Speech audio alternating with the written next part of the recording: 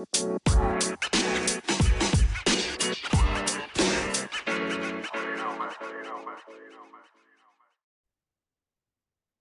welcome to the Relentless Positivity Podcast. I'm your host, Joe Martin, and my guest today is Michael Peterson. He's what's called an approach coach. He's a transformational guy, a ceremonialist focused on helping people on the path of self-discovery to transform outdated ways of being so they can blossom. Some pretty cool stuff, but he's also here to kind of tell us about the good, the bad, the ugly, about that all ayahuasca stuff you keep hearing about that the kids are talking about these days. So, Michael, thanks for being on, man. Thanks for having me on, Joe. I'm looking forward to our conversation. Absolutely. Yeah. Like I said, I think people have a lot of questions about ayahuasca. They've heard of it. Maybe they've just seen it in the news or something like that. So let's just kind of go back. What is ayahuasca? What's it made out of? Gotcha. So, ayahuasca is a psychedelic brew that is most common now to be due to Aaron Rodgers and other people of that ilk. But it's a little bit tricky. So, there are two components in the ayahuasca brew, two primary ones. There's the ayahuasca vine itself, which is Benistorus capi. And then there is another plant called chacruna. Most usually it's chacruna. There's a few different plants that could be mixed in. But those are the two primary plants. And when they're mixed together, they have a psychedelic effect. And they've been used for millennia. Yeah. So that's cool, man. I mean, like I said, you hear that word as kind of an umbrella term. I didn't know there was actually two parts of it. So you're already Yeah. educated, man. So we're on a roll already. So Yeah. So, I mean, it depends on how technical people want to get, right? So, it's most commonly known when people are talking about ayahuasca, they're referring to a brew, which is a combination of those two plants. And then sometimes other plants are mixed in as well. Other plants within that jungle plant medicine, traditional Amazonian plant medicine schema, there's different trees, different herbs, different shrubs that can get mixed into the brew, each with their own effect, intention, and usage. And every person who is serving ayahuasca and cooking their own medicine will generally have a recipe or a brew that they like to make. But the essence of it is just those two plants. nice. So you kind of mentioned the Amazon people. How do they use it kind of in their spiritual practices and things like that? Yeah. So when we're talking about traditional Amazonian plant medicine, I kind of feel like I need to give a bit of a framework here. So there are a lot of different indigenous tribes in the Amazon basin, and they have all used ayahuasca for, or not all, but many have used ayahuasca for a variety of different reasons.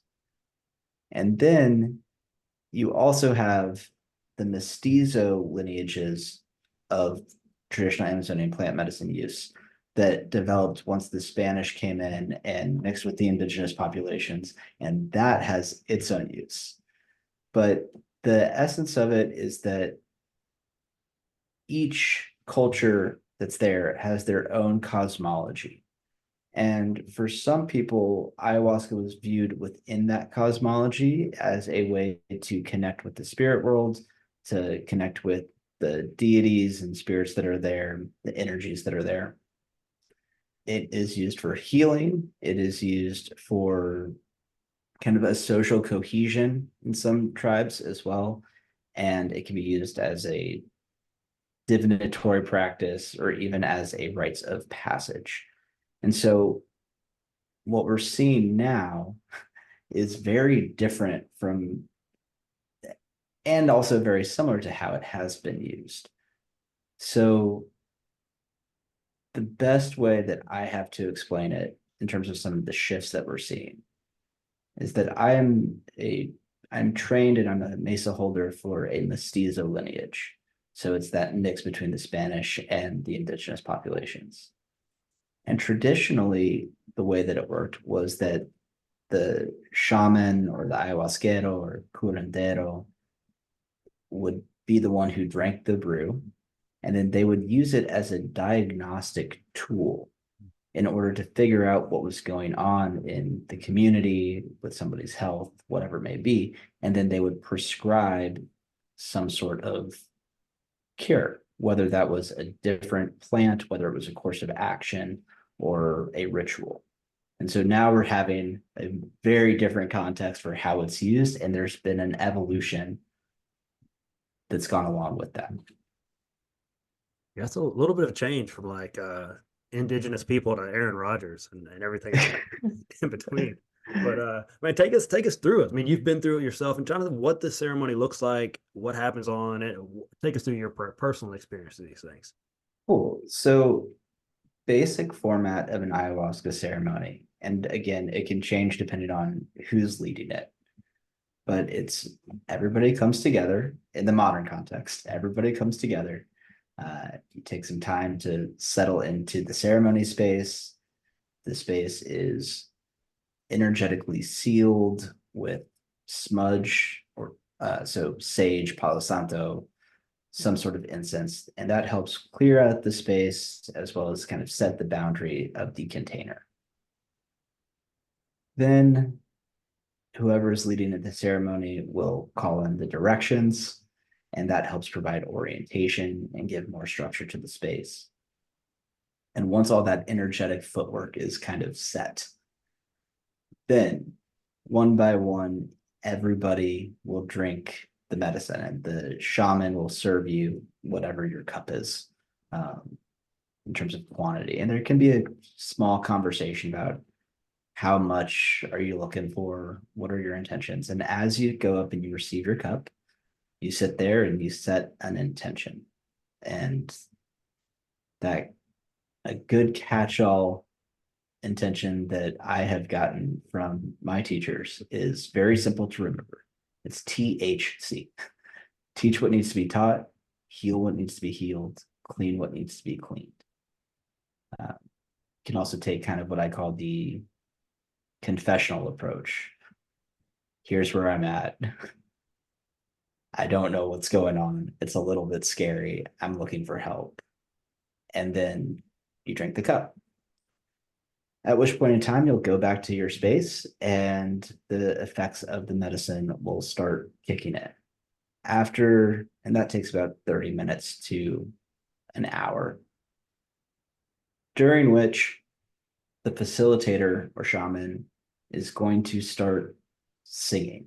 And they are singing icaros, which are medicine songs, and they carry the energy of the plants or the spirits that they are calling, as weird and woo-woo as that sounds.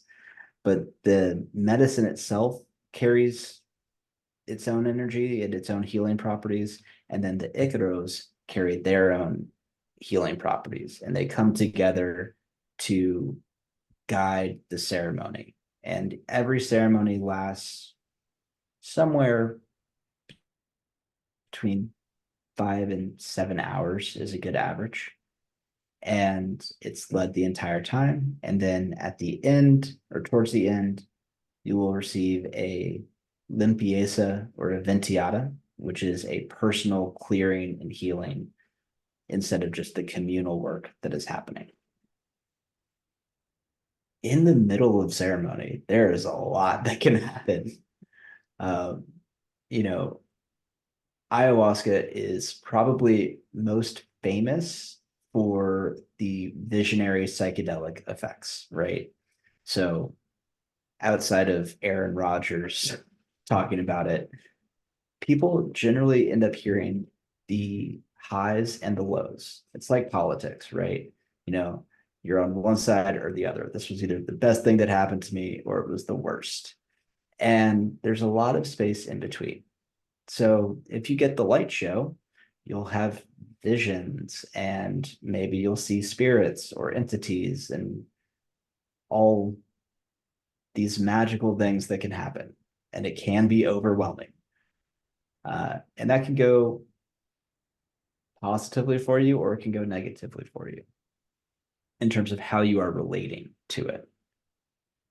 There's also a lot of space in between where the medicine can be very somatic and it's very much so in your body and it's a physical experience versus a visionary one. And it can be anywhere in between that. So it's hard to explain exactly what will happen in an ayahuasca space until you go into one. And I think that's what makes it kind of scary for people because they're stepping into the unknown. And the truth of the matter is that no matter how many times you work with the medicine, drink ayahuasca, do whatever it may be, every ceremony is different. And so you might get more familiar and more comfortable with the routine, the approach. But there is, I want to be very careful with how I say this. Ayahuasca can be incredibly safe. And I mean, from a health standpoint, it can actually be incredibly good for you from a health standpoint. And we can talk about those reasons. Um, but when we are doing transformational work in our lives, it is inherently unsafe to the version of us that we currently are. Sure. And so when we're intentionally and willingly stepping into those spaces where we can encounter transformation, it's healthy to be nervous. And so I think that kind of gives a nice general outline of ceremony. After you've drank and the medicine has gone down, there will be a closing where the shaman says, okay, here's a prayer, and closes the directions down and states ceremony is now complete. And that's that. Talk to me about the purging part. I've heard a little bit about the purging part. Talk to me about it. Oh, everybody loves the purging part. You got to. So it's funny because a lot of times people come in and they're so nervous about purging. They're like, I just don't want to purge. And then I watch them in ceremony and they're struggling because the medicine has a certain frequency, and it's a very high frequency if you want to think about it in this way. The trauma, the shit in our life has a little bit of a lower frequency. It's denser. And it can't coexist at that same level. And so the medicine is consistently pushing these things up so that they can be released. Sometimes that is purging and it looks like vomit, right? And it's not like, oh, I've got food poisoning vomit. It has a very different feel to it. But purging can also be shaking, crying, mental thought patterns and loops just going around and around in circles. It's like your brain is working itself to clear them out of it. And so there's a reason that prior to ceremony, there's dietary restrictions in terms of what your time food cutoff is, the types of foods that you can eat, all of this. And so you're not going in there with like a full stomach and you're throwing up all this stuff. There's something different that's coming out of your system, and it is energetic, and there's a physical representation of that too. Yeah. It's the best. It's literally the best thing ever. Get right, get the bad stuff out, right? That's what yeah, rather out than in. That's but, it. But getting to that point, like sometimes because we can go over and help people move this energy through. As facilitators, the intention is never to suppress anything that's coming up. The intention is to help it work its way through and be released. So there can be intensity that arises as somebody's receiving help. And the amounts of times are just like, if you would just stop fighting this purge, if you just let it go, it would be great. And it would be so much easier for you. But the challenge comes from all of the holding on. And it's not even conscious half the time. We all have patterns, beliefs, things that we hold on to that help give us structure to our lives. And as we change, those patterns either have to be transformed or let go of. And ayahuasca is very, very capable at supporting that process. Yeah, for sure. That's cool, man. So you mentioned earlier kind of the medicinal properties of it. What's the current research on what people are talking about? Not just the woo-woo stuff like we've heard about. Like, what's the actual hard evidence we're talking about? Yeah, so ayahuasca research is still limited in some ways due to restrictions about where it's legal. But for the research that is being done, Seen very strong positive effects on mental health, specifically depression and anxiety. There are positive effects on PTSD. Um, Substance abuse as well is having reduction through ayahuasca. And just that personal growth and a sense of well-being is positive as well. So there can be stress reduction in our everyday lives. Uh, Scientifically, ayahuasca is very good at neurogenesis, and that is the process through which our brain cells form new neural pathways. And it is ridiculous how cool it is, because not only are you forming new neural pathways in ceremony, right? And rewiring how you have been relating to traumas and other things in your life, you are primed after retreat or after ceremony to reinvigorate or start a new practice, so that, and your brain just hooks onto it. So it's much easier to fall into a specific positive flow instead of a negative flow. That's awesome, man. If you can groove those neural pathways, man, you can form the habits you want to form right there. That's cool. Exactly. Yeah. So you kind of mentioned a little bit earlier as well. What is kind of the legal status of ayahuasca in different parts of the world? So places like Peru, Ecuador, Brazil, fully legal. Um, Portugal, because they've decriminalized everything, legal. Costa Rica, legal. Mexico is somewhere weird and in between. That sounds like it. Um, Yeah, it seems like yep. Uh, in terms of in the United States, which is what half of the people on your podcast probably are like, do I have to travel far away to go do it? Um, Places that you would imagine in the US have different legal standings around it. California has its own approach, specifically in Oakland. Oregon has arguably a legalized uh, approach to it. Colorado has, I believe, a decriminalized approach to ayahuasca. Specifically, the city of Ann Arbor, Michigan, wow. has decriminalized ayahuasca. However, federally, it is still illegal, with the exception of some specific churches, because similar to peyote, there are churches that work with ayahuasca as a sacrament, and it is a protected right. And the US government has lost enough of those lawsuits, quite frankly, at this point in time, that they are trying to settle things more efficiently so that they don't continue to build precedent for legalizing ayahuasca as a whole. And there's a psychedelic renaissance happening across the US right now, as many people are aware. However, it's still a much larger debate, because there's a difference between saying, oh, I'm going to stay at home and drink some ayahuasca today. Unless you're trained, I wouldn't recommend that. Versus, hey, I'm going to, you know, smoke some pot today and chill out. And if we're having this conversation around cannabis, which is already still a tension point in the US, talking about psychedelics, which have a much stronger and much more transformational capability, do we keep it in a therapist's office? Do we have it in a more ceremonial container because we don't necessarily want to make everything so mental? We cannot take a psychological approach to heal a spiritual ill. And that is a tough cookie to crack. Yeah, a friend of mine went to a church down in Orlando.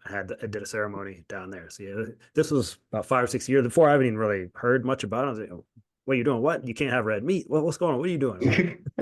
Yeah, I didn't know anything about it, but he kind of filled me in. It's yeah, I didn't know it's a protected thing by churches. it is. And I think, if I had to guess, it was Spirit Walk or something along those lines down in Orlando at that point in time.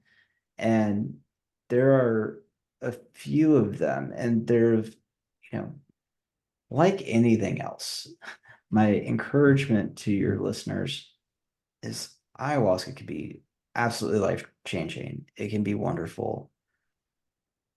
And you just have to do it right. And by doing it right, I don't mean in ceremony itself. That's in many ways the easy part. But do the research, find facilitators who you trust. There are people who do it, but I wouldn't recommend it. Like, don't go down to the jungle and just find some random person to serve you ayahuasca. Like, you know, there's enough well-trained facilitators out there who you can communicate with, who can at least point you in the right direction, even if they're not the right fit for you. So you're your own best advocate as you navigate this path. So in 50 years, where do you see kind of the legal status of ayahuasca? Is it just so like it is now, or you think it's more wide open? What are your predictions? Putting you on the spot right here, man. Yeah, that's a. Hmm. I think that in 50 years, our relationship with psychedelics as a whole is going to be very, very different. At least I certainly hope that it is. Um, in regards to how it's used, I hope that it's actually still protected to some degree because while I'm all for the evolution that comes with the diaspora, right? Ayahuasca is no longer just in the jungle. There's people using it in new ways. You know, do I want to see us living in a world where you can just take your ayahuasca pill and it's like just a chemical compound and the spirit has been taken out of it? No. And so in 50 years, I think the legal landscape will have changed. It will be softer, but we'll still be navigating how to best support the balance between traditional use, innovative use, public evolution, and public safety. Yes, you don't want a Pfizer ayahuasca pill. You don't want I that. don't. I don't. I really don't. For so many reasons. I'm with you on that one. So another kind of famous ayahuasca story is Neil Brennan. His story was, he's an atheist. He went in, had a ceremony. Now he's a full-on believer in God. Is that typical of ayahuasca with far as spirituality? Have you seen some of that before? Absolutely. I mean, it speaks to some of my experience as well. I think everybody is on a spiritual journey. And so whether you want to talk about God, spirit, the mystery, choose your word for it. You're relating to it one way or the other. And even if you're relating to it via science and you say there is no God, right? Like this is just the natural order of the universe and it works this way, then you're putting the natural order of the universe on a pedestal and you're saying that is what it is. Um, you know, so what ayahuasca can help us do is open us up to new possibilities and put us back into connection with what was and what has always been. It's a non-specific amplifier. So when you amplify every dynamic of your being, it is much easier to see your divine nature. And then you can't really hide from it. You have to start relating to it in a different way. And so, look, I mean, if somebody says, I'm an atheist, I say, great for you. I'm not here to convince anybody to believe in God. We are all damaged in terms of what has occurred through, and I hope your readers don't crucify me, no pun intended, but the religious framework and institutions, specifically around Christianity, have had some really damaging effects in terms of people's relationship with spirit. And there has been a role that has been played of the church being a mediator between humans and the divine. That was never the original role of the priest or of the shaman, I mean, or of the oracle. They would have the ability and maybe more accessibility to hear the direct communication. But we are all capable of having a direct relationship to the mystery.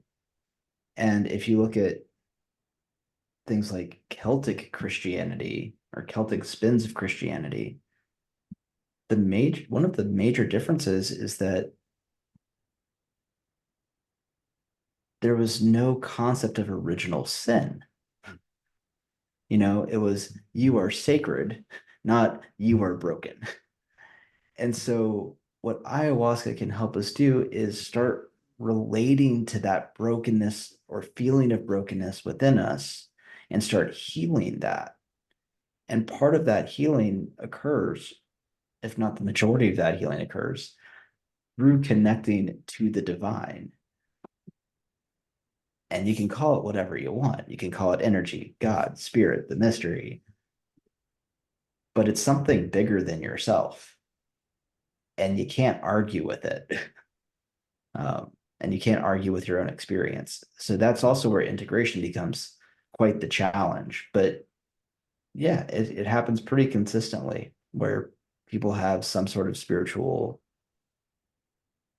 I hate saying spiritual awakening, but that's what it is. It's a spiritual remembering. And there's a lot of different tools and technologies out there in terms of the spiritual tools and technologies that can be of assistance through that. That's it. So if someone's listening right now, like, I, I think I'm ready. I think I want to give this a shot. Where do they start? Cool. Where do they go? Well, if they want to work with me, they can go They to my do. website. By the way, if you're listening, you do. By the way, he's Professor Ayahuasca. You want to work? You can come to my website, which is alchemyshift.com. And I have a retreat coming up in Costa Rica in November.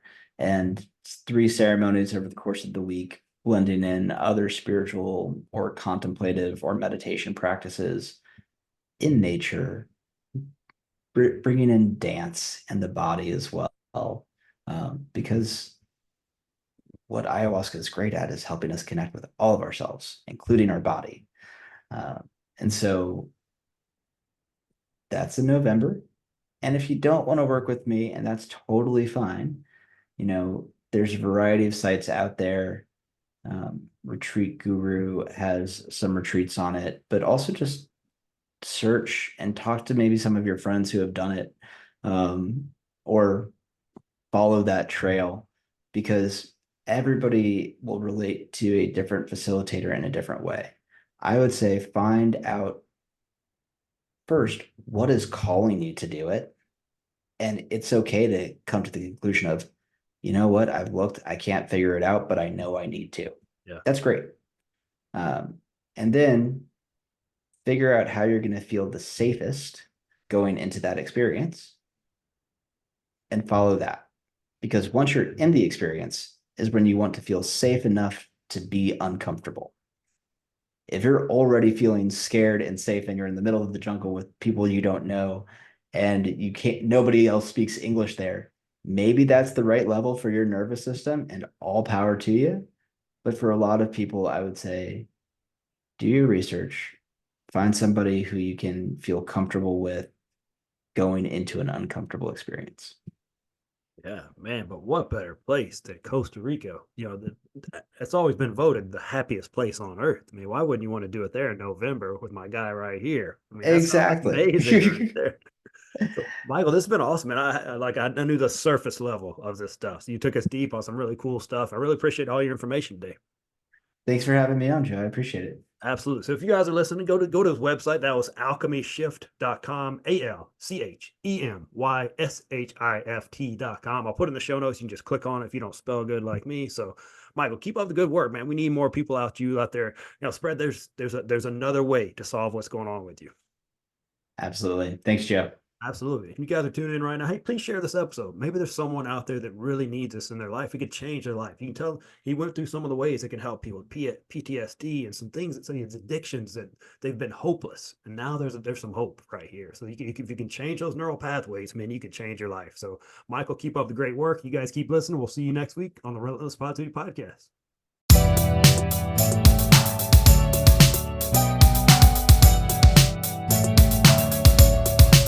Wow, what a great episode. You just share that with somebody. I'm going to share with you some awesome sponsors. McWilliams Marketing. They can help your business grow. Regardless of the size of the project, you're going to get a solution that is specifically created for you and your business. No cookie cutter, one size fits approach here. So Amy and her band of fearless marketers can help you with all that stuff that you think you can do, but you're not really that good at it. You don't have time for it. They can do that. They're the experts. It's what they do. Web design, online conversion optimization, SEO, graphic design, marketing, page management, all that stuff. Go let them do that. Don't handle that yourself. Go check them out at mcwilliamsmarketing.com. See what all they can do. They're amazing people. Teek Patnick with Patnick Realty. He really does it all in the real estate world. General real estate sales, acquisitions, property management, investments, all that good stuff. You're not just a transaction with Teek. He really wants to build a relationship for life with you. He has built his whole business on prayer, hard work ethic, honesty, and results. You can trust Patnick Realty with all your real estate needs. Hey, I trust my brother from another mother, Teek, and you should too. Give him a call, 256-694-0117, or email him at teek@patnickco.com. Hey, these are awesome businesses. Go support them. They're out supporting positivity, and they will do you right. Have an awesome day.